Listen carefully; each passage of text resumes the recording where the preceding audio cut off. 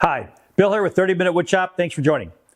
So today I want to show you how to make a lap joint jig. All right. Now, I don't normally make jigs. I really hate jigs because they take a lot of time. And I know there's guys that make their absolutely beautiful jigs that they're absolutely phenomenal. I don't like spending time on those because most of my projects are one-off. I don't have to worry about repeatability. All right. But when I do, I need a jig. All right, now I'm making this jig because I'm making this advent calendar chest for my wife because she picked up a whole bunch of these little 3x3 boxes. So I'm going to make a chest for it that's going to use a lap joint, all right, in the center. Now to do that consistently, I need a jig, all right. Now, much as I hate jigs, I'm going to have to make one. Super easy to make, all right? I'm using a piece of, we'll talk about materials here real quick. I'm using this piece of 1/4-inch birch, all right? That's going to be my bottom of my sled. And really what I'm making here is a table saw sled. Bottom of my sled, okay? I've got a couple pieces of 3/4 plywood, all right? Birch plywood. And that's going to be for my support, all right? And then I need 2 runners. Now I'm gonna have to cut the runners from some other piece that I have laying around here, probably some cherry or something, some hardwood runners, all right? And all this really is, guys, this is a giant sized box joint jig. Because what I'm cutting, here, let me grab one of these. Basically, I need to cut halfway through these 3-inch pieces of poplar so that when I put them together, they match, okay? So again, super easy to do because all I'm gonna do is cut this. Now, I'm gonna make a few cuts. I'm gonna make a few things like that. I'm gonna glue this together with some glue and some screws, and I'll be ready to start making. So this is a pretty fast project. Another reason why I don't mind making this kind of a jig, all right?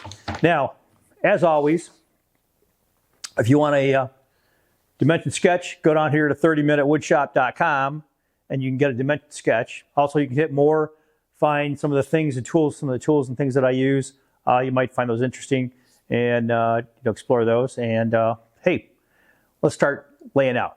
Now, the first thing I want to show you guys is how I actually do the layout part. Okay, this is a 24-inch wide piece. All right, these pieces here that I'm going to be cutting or using are going to be 22 inches, 23 inches. So almost full width, so I get a full support. Even on the edge, when I'm on the edge, I'll be mostly supported. Okay, so that's why I'm going to go with a full 24-inch width here. Now the back happened to be 20 inches. That's simply because that's just 2 pieces of scrap that I had laid around. So 20 inches, you can make them 24, you can make them 18. I wouldn't go less than 18 on something like this because these 1/4-inch pieces are pretty flimsy. You want good support whenever you're doing it. You want to have some place to put your hands that's far enough away from the blade, because the blade is going to come through in the back. And we're going to put a little 2x4 back here as a safety feature. Keep your fingers from getting damaged. So here's what we do. Come on in here. I'll show you some quick layout here. Okay, I'm inventing this jig. And what I'm doing here, this is a machined edge. So I know this and this is square. All I'm doing here, I'm going to butt this up against my edge. I'm using 2 of them because I want that thickness for 2 reasons. One is to provide a little stiffness here, all right, but also to give me something to hang on to, all right. That keeps the whole thing from warping and bending. Now, what I'm going to do is all I'm doing here is I'm going to go, okay, well, first of all, I need that 1.5 inches, okay, and then I'm going to be doing 2 of these simultaneously. So the minimum, I need that much. All right, now that's pretty tight. Now, I don't know about you, but I want to have a little more safety room than that. So that's just over 1/2 inch. I'm going to probably make that a full 2 inches here. So that's where I'm going to cut. We'll see how far that is. So I'm going to cut this out at 3.5 inches. Okay.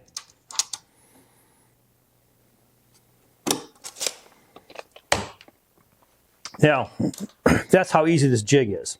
Let me go over to the table saw, cut this at 3.5, and then I'm going to have to make some runners for this, and let's go make some noise. With the parts cut, now we're going to do some screwing and gluing. All right, and all I'm going to do is glue these two pieces together, and I'm going to screw them together. To do that, I'm going to actually put a little bit of a clamp on them for a while, just to hold them in place.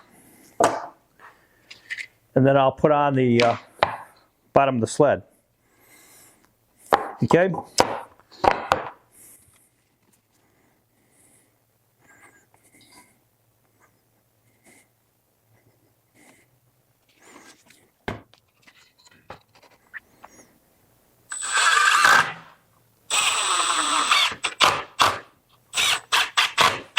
Got the screws in. This one's offset, so I'll see if I have to actually pull it out or not. It's not really, honestly, it's not really relevant. But this is all good. Next thing I want to do is I'm going to glue this right here. And all I'm going to do here is eyeball it, because I don't care that much. Put some more glue on, a couple more screws. And again, I'm going to pull the center screws out before I run it through my table saw.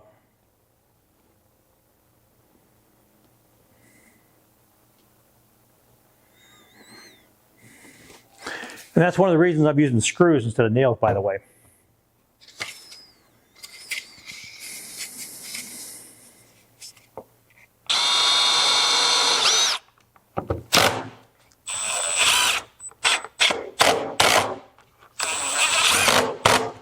All right, I have the screws in, and they're all sub-flush, meaning when I run this across the steel on my table saw, these aren't going to touch it.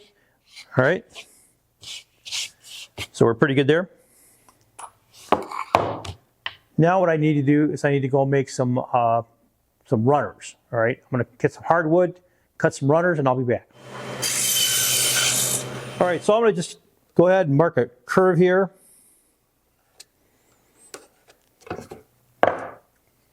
And you can see that's going to be the back half of the safety guard. So I'm going to take it over to the bandsaw and we'll cut that curve and do a little sanding. And we'll call the safety guard good.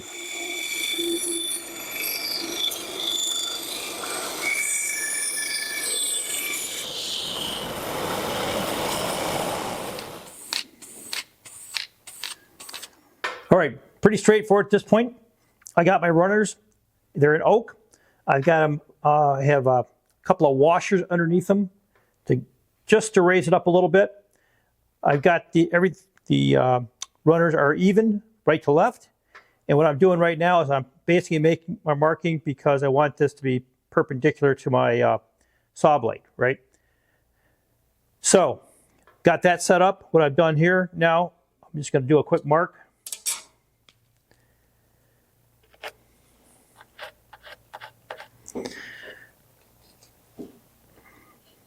And I'm using a combination of glue and screw, two kinds of glue and screwing. All right. I'll be using some tight bond.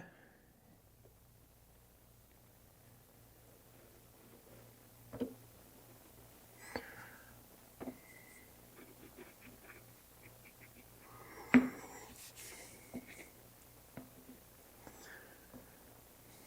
then I'm going to throw on some CA glue.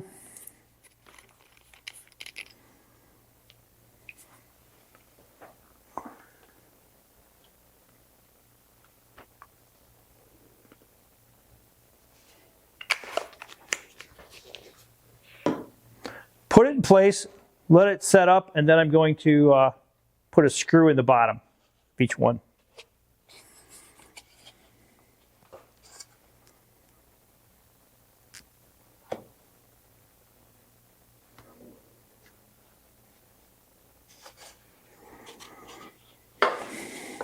Okay, with the glue dried, what I've done now is I put a couple countersinks in here, and all I'm going to do is drop a couple of more screws in. Probably don't need it, but you know, kind of want to put those in.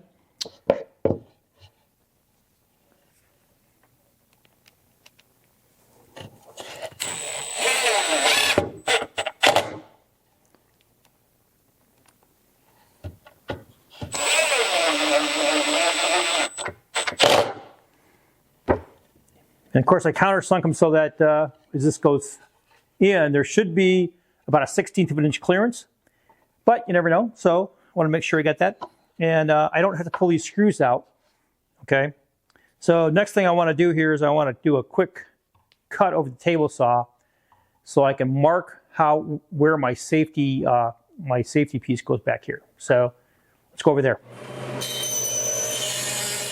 A couple more things we want to do here. Now I've gone ahead and I've sanded these runners out, running pretty nicely. Now what I want to do is I want to put my safety block in. Now the safety block, what I want to do is I want to make sure that the safety block, this is way past where it should be. But you can see that safety block will cover it all the way till, it'll cover it 99% of the time. It'll cover it 100% of the time as long as you don't go over. Okay, so I'm going to do two things. The safety block is right where I want it as far as the size. So I'm going to glue that on. I'm also going to do another thing. I'm going to take these runners. I'm going to trim these runners.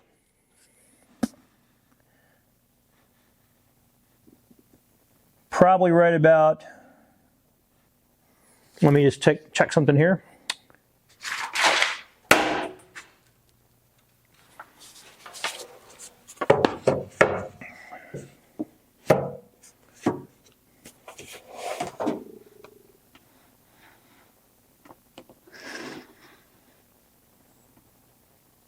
Okay, so that's if I use two of these, that's the maximum spot. So you can see where this is actually going to end up. All right, so I'm cool. But what I want to do is I want to make these runners. I'm going to cut these runners right off the edge. That way I can put a stop block here and push it right to the stop block, and that'll be it. Okay, so let's do both of those things, and then I'll wax it up and we'll be ready to start using it.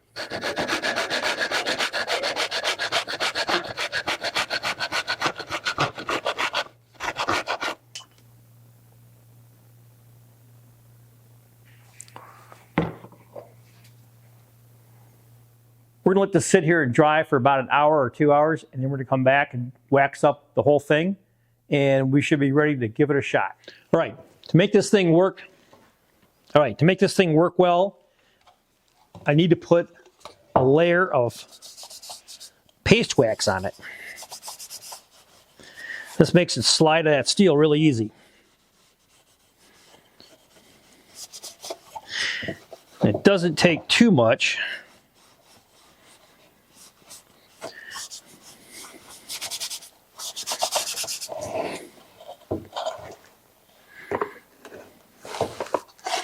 Now I'm using Johnson paste wax here. I don't think they make this stuff anymore, but there's several other companies out there, Bree Wax and whatnot.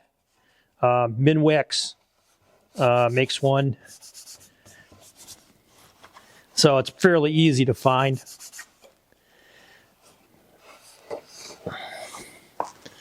And there we go. That's nice and slick. Let's give it a try. Okay, haha! I gotta say that's perfect. All right, now, I think we're ready to start working on the next project. I hate making jigs, but I tell you what, this one turned out really well, and it's going to be very useful for the next project. And this actually was pretty quick to build, I have to say. I'm excited to have this because it's going to make my next project, which is a Advent calendar, go much more quickly. So I'm excited about that. We'll be doing that here pretty quick. So like always, if you want a dimension sketch, right? Dimension sketch, go down here to 30minutewoodshop.com. You can find that. This really is nothing more than a overgrown box jig, I'll be honest with you. Okay? And that's really what we're doing. We're making a finger joint jig. So this is exactly how you'd make a finger joint jig, by the way. All right? So there's a few more things you do to it. to make sure your finger joints match perfectly by putting a little register tab in here and a few things. But this is exactly what you'll be doing. So that said, for this, like I said, this is for a deep lap. This is a deep lap jig, all right? Deep lap joint jig. Easy to do, easy to use. I'll be using this in my next project. So like I said, have said before, go down 30minutewoodshop.com. You can go ahead and hit more, find out some of the tools and things that I use. You might find those interesting. And I hope you got something out of this. If you did, do me a favor, hit like and subscribe. And until next time, hey, good making.